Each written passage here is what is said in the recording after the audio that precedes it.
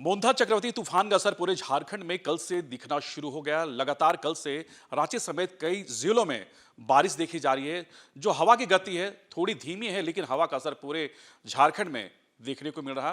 मोंथा का ये जो साइक्लोन है कहां से उठा और इसका असर कब तक पूरे झारखंड में रहेगा, सीधे हम जुड़ते हैं रांची मौसम केंद्र के जो वैज्ञानिक है अभिषेक आनंद। अभिषेक जी, ये जो मोंथा का असर है ये झारखंड के किन किन जिलों में इसका असर देखने को मिल रहा और इसका असर कब तक रहेगा झारखंड में?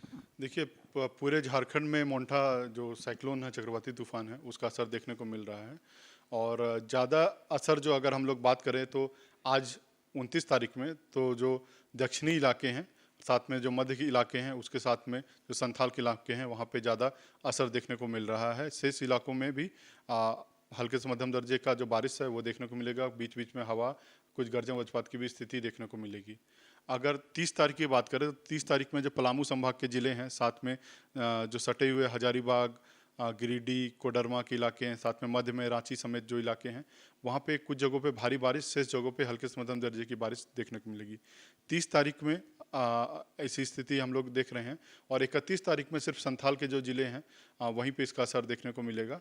और 1 तारीख से स्थिति सुधरने की काफ़ी संभावना जताई जा रही है। 1 तारीख से ये सिस्टम थोड़ा दूर निकल जाएगा और आंशिक बादल देखने को मिलेंगे, जो कि दोपहर शाम से वो भी छटते हुए दिखेंगे। ये आप जरा मुझे बताएं, जो हमारे दर्शक हैं उन्हें बताएं कि ये जो झारखंड का मैप है, किन किन मैप में जो बादल यहाँ पे जो दिखाई दे रहे हैं, किन किन इलाकों में बादल छाए हुए हैं और कौन कौन से इलाके में बारिश की संभावना है?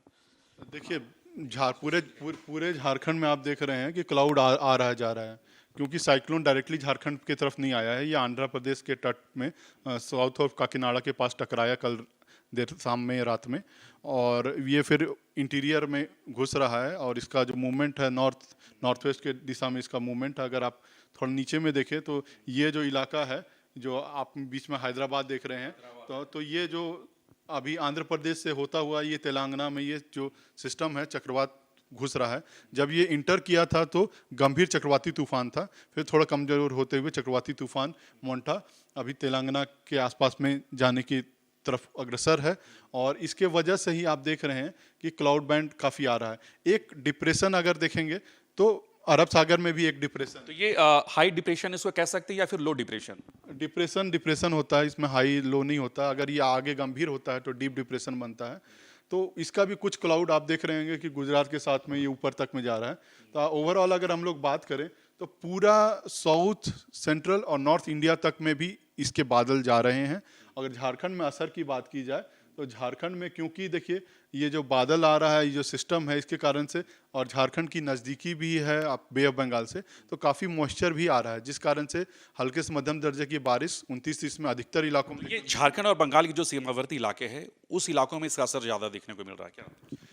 इसका अगर स्टेट वाइज बात किया जाए तो आंध्र प्रदेश, तेलंगाना, उड़ीसा, छत्तीसगढ़, एमपी, अगर झारखंड, पश्चिम बंगाल में देखने को मिल रहा है, और बिहार और सटे हुए जो ईस्ट यूपी में भी इसका असर हम लोगों को देखने को मिल रहा है। तो काफ़ी जो स्टेट्स हैं इससे असर में हैं। और साथ में जैसे मैंने बताया कि एक डिप्रेशन भी है अरब सागर में, तो उसके वजह से भी आप देखिएगा तो राजस्थान है, गुजरात है, एमपी है, और कुछ कुछ जगहों पे तो ये दिल्ली तक में भी इसके बादल थोड़े से पहुंच रहे हैं।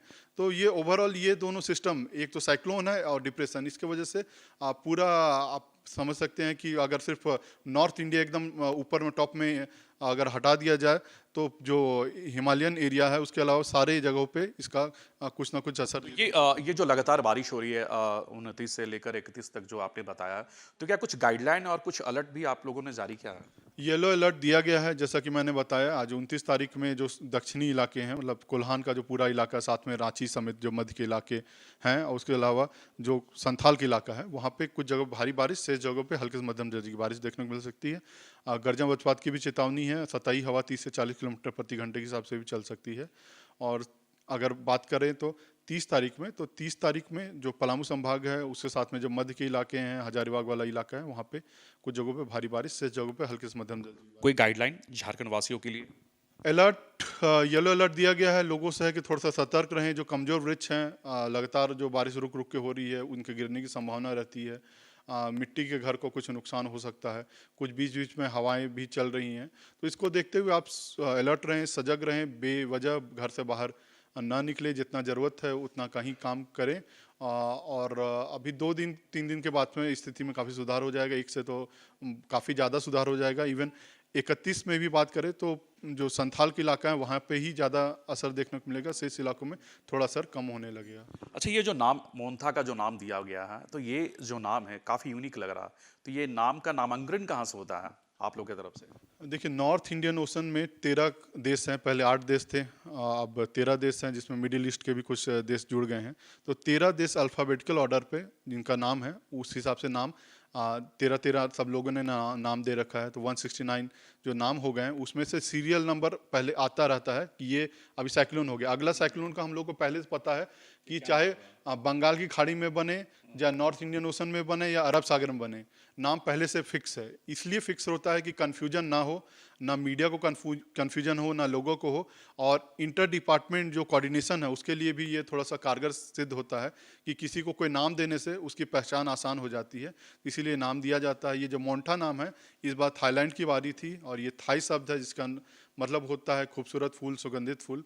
तो ये थाईलैंड ने दिया है। अमूमन देखा जाता है कि जो देश हैं ये सब नाम देते हैं अपनी संस्कृति, अपनी सुंदरता को दर्शाने के लिए इस टाइप से नाम दिया जाता है। तो अधिकतर नाम आप देखते हैं उसी टाइप से रहता है। वैसे नाम के लिए छूट है, आप कुछ भी नाम दे सकते हैं अपने देश के हिसाब से, तो उस टाइप की छूट रहती है। बिल्कुल, देखिए मोन्था को लेकर झारखंड मौसम केंद्र ने कई गाइडलाइन जारी किए हैं, लेकिन आने वाले 3 दिनों तक यानी 31 अक्टूबर तक इसका असर झारखंड के कई जिलों में देखने को मिलेंगे।